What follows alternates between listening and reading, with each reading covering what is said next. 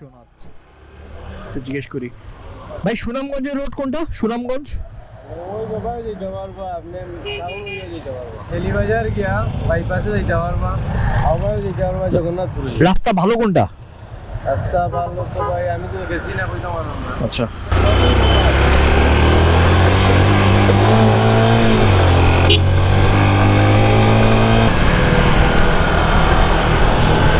আরে সুবহানাল্লাহ, হালকা হালকা বৃষ্টি হচ্ছে, কনফিউজিং, রেইনকোট পরবো না এরকম করতেছে, হালকা হালকা ভিজে গেছে।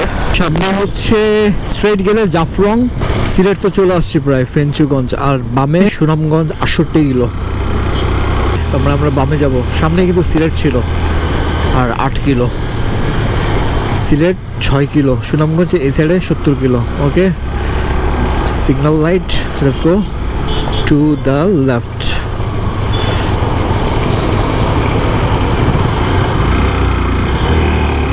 বাইপাসটা খুবই সুন্দর। এতক্ষণ আমরা তো হাইওয়েতে ছিলাম, এবার আশা করি গাড়ি ঘোড়া নাই। আরে সুবহানাল্লাহ, লুক এট দ্যাট, কি প্রকৃতি, সুবহানাল্লাহ।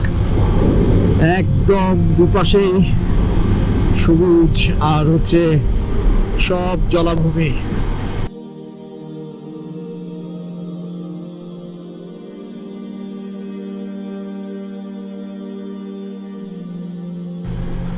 সুরমা নদী ক্রস করতেছি, সিলেট কুমারগাঁও। এটা হচ্ছে লালাগাজীতে, আর নদীটা হচ্ছে সুরমা নদী।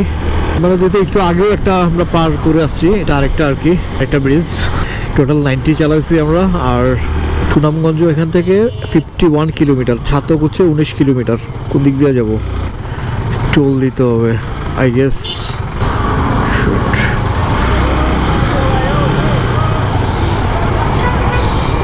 লাগবে না, আমাদেরকে বললো লাগবে না, ওই জন্য চলে যাচ্ছিলাম।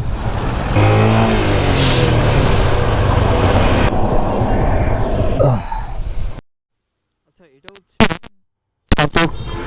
ছাতক চলে আসছি, ছাতকের গোবিন্দগঞ্জ। এখন কি ছাতক তো ডানে, আচ্ছা সুনামগঞ্জ এদিকেই 45 কিলো। তো সোফার সো গুড, বৃষ্টি হালকা হালকা বৃষ্টি ছিল, তো ওটা চলে গেছে। তো আলহামদুলিল্লাহ একদম টোটালি চলে গেছে, ওয়েদার একদম ক্লাউডি। আর আলহামদুলিল্লাহ যে রেইনকোট পরি নাই।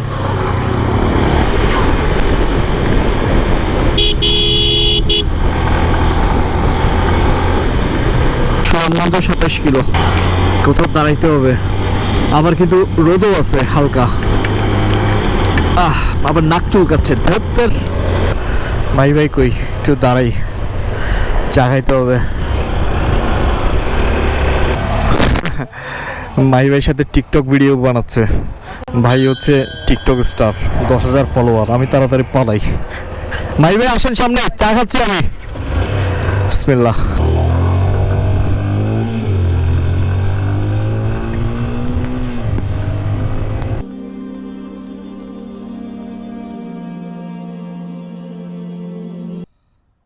একটু চা খাওয়া যাক। ভাই চা আছে নাকি?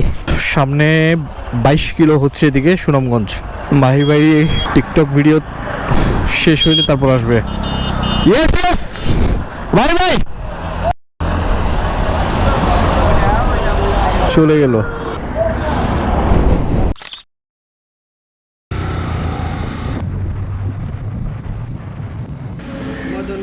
মদনপুর তিনখানাও নাকি শুধু মাদ্রাসা? ইন্নালিল্লাহ, এটা 28 বেজে গেছে। সুনামগঞ্জ এখান থেকে হচ্ছে 14 কিলো। আমরা একটা মসজিদ পাইছি, এখানে নামাজটা পড়ে নিব ইনশাল্লাহ। সুনামগঞ্জ থেকে আবার ওখান থেকে টেকের ঘাট যেতে হবে, সো লম্বা একটা পথ আছে এখনো। 2:50 বাজে। আলহামদুলিল্লাহ নামাজ পড়ে নিলাম, সো যাওয়া যাক।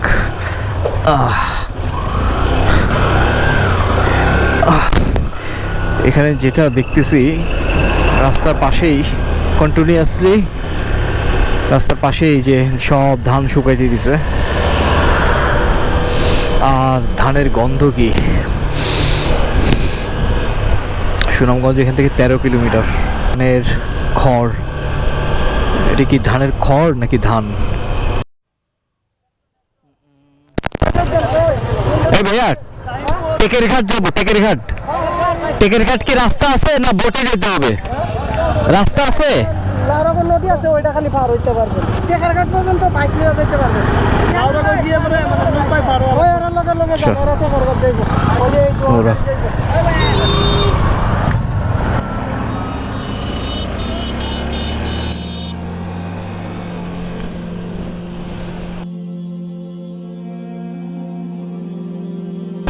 এর আগে তো তাহিরপুর আসছিলাম আমি আর মমিন ভাই। তাহিরপুর থেকে আমরা ইয়ে করছি, বোট হায়ার করে, ট্রলার ভাড়া করে ওখান থেকে ট্রলারের ভিতরে বাইক তুলে ফেলছি, তুলে পার হয়েছে। আর সুবহানাল্লাহ, এটা কি নদী? দুল জহুর সেতু।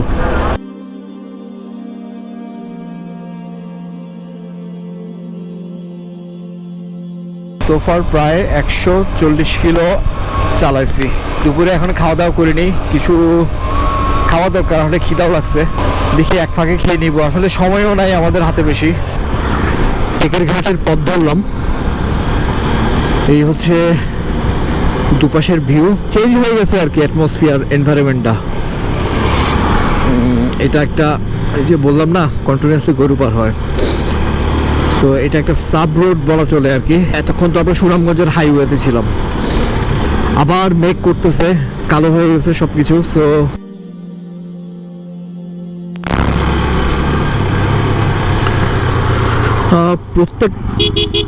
প্রত্যেকটা জায়গারই স্বকীয়তা থাকে।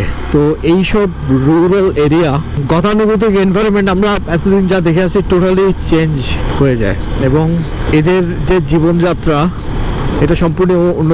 এখানে বিশ্বম্ভর আমরা আছি, বিশ্বম্ভর উপজেলা।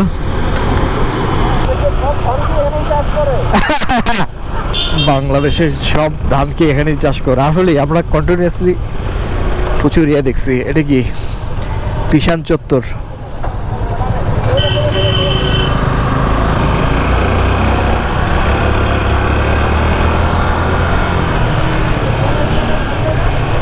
না দেখলে আসলে বোঝা যায় না।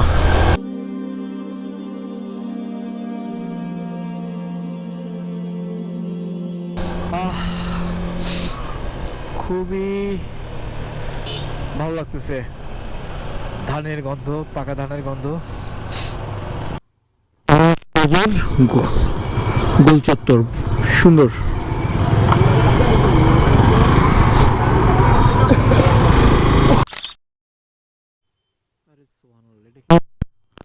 গোল চত্বর, বাহ নাইস। তো কোন দিকে যাবো? গোয়াল চত্বর দিয়ে যাচ্ছে। পিছনে ছিল একটা পলাশ চত্বর। এখন আমরা যাচ্ছি বিশ্বম্ভর উপজেলা ক্রস করে যাব, পারিক্কা টিলা দিয়ে টেকেরঘাট যাব, মানে শিমুল বাগানের ওদিক দিয়ে। সুবহানাল্লাহ, গ্রাম বাংলার নিখাত প্রকৃতি দেখতে দেখতে যাচ্ছি। একদম পুরা। দেখি ধামালিয়া খাল। সাবস্ক্রাইব করো, উড়াই দিব এরকম করে। Just kidding. আমরা সম্ভবত টাঙ্গুয়ার হাওরের পাশে চলে আসছি, কারণ এত ওয়াইড বড় হাওর এতক্ষণ পর্যন্ত কিছু চোখে পড়ে নাই। সো হইতে পারে এটাই টাঙ্গুয়ার হাওর।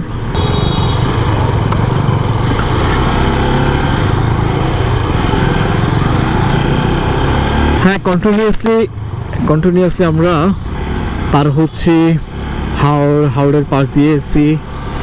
এপাশে হাওড়, এপাশে তো ওই যে দূরে সব পাহাড়ের সীমানা।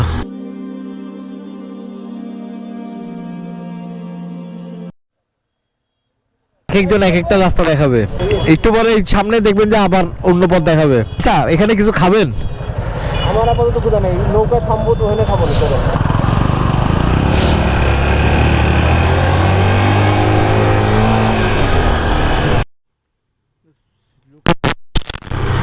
পুরা সব পানিতে ভেসে আছে শ্যাওলা। আমরা 3-4 কিলো সামনেই আর কি ঘাট, ছোট একটা নদী পার হইতে হবে, তারপরে আর কি শেট।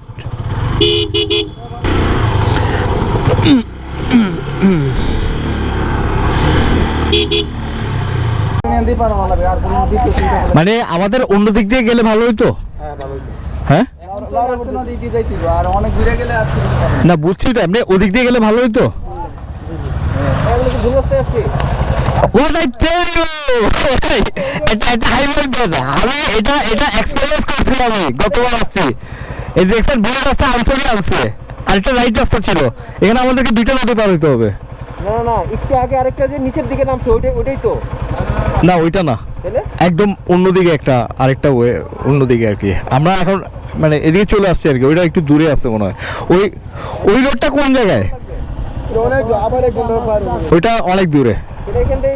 হ্যাঁ, এখান থেকে এখন আমাদের দোল পার হইতে হবে, আরেকটা নদী আছে বড়, কেমনে পার হোক কে জানে, আল্লাহ ভরসা। নদী প্রচুর পার হয়েছে, সমস্যা নাই ইনশাল্লাহ। এটা কোন বাজার? বিয়ারচর। আর যেটা দিয়ে যাইলে ভালো হতো ওইটা কোনটা? লাউরগড়। পার হলে ভালো হতো না? হ্যাঁ, উনি নাইমা পার হচ্ছে কেন?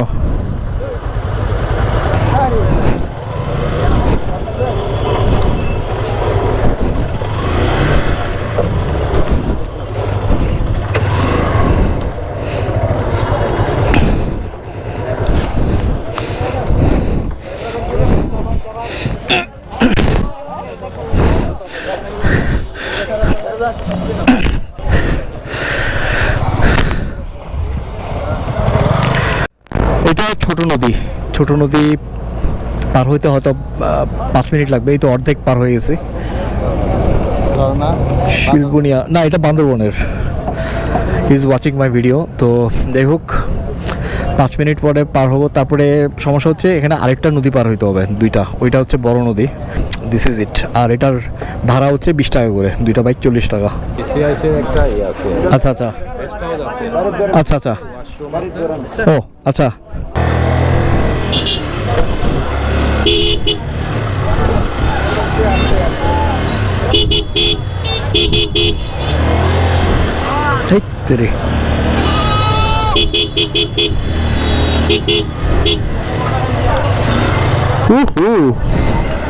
এখানে তো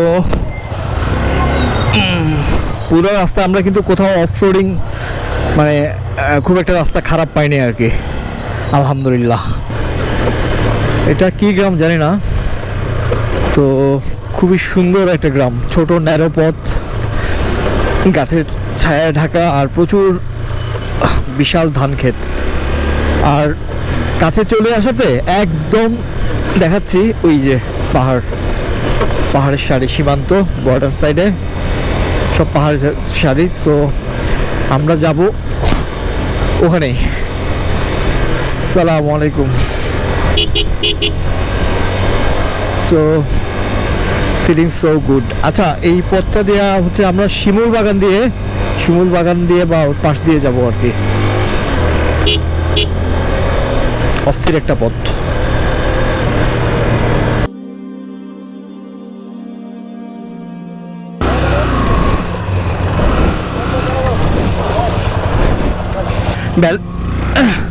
ব্যালেন্স ঠিক রাখতে হয়। এই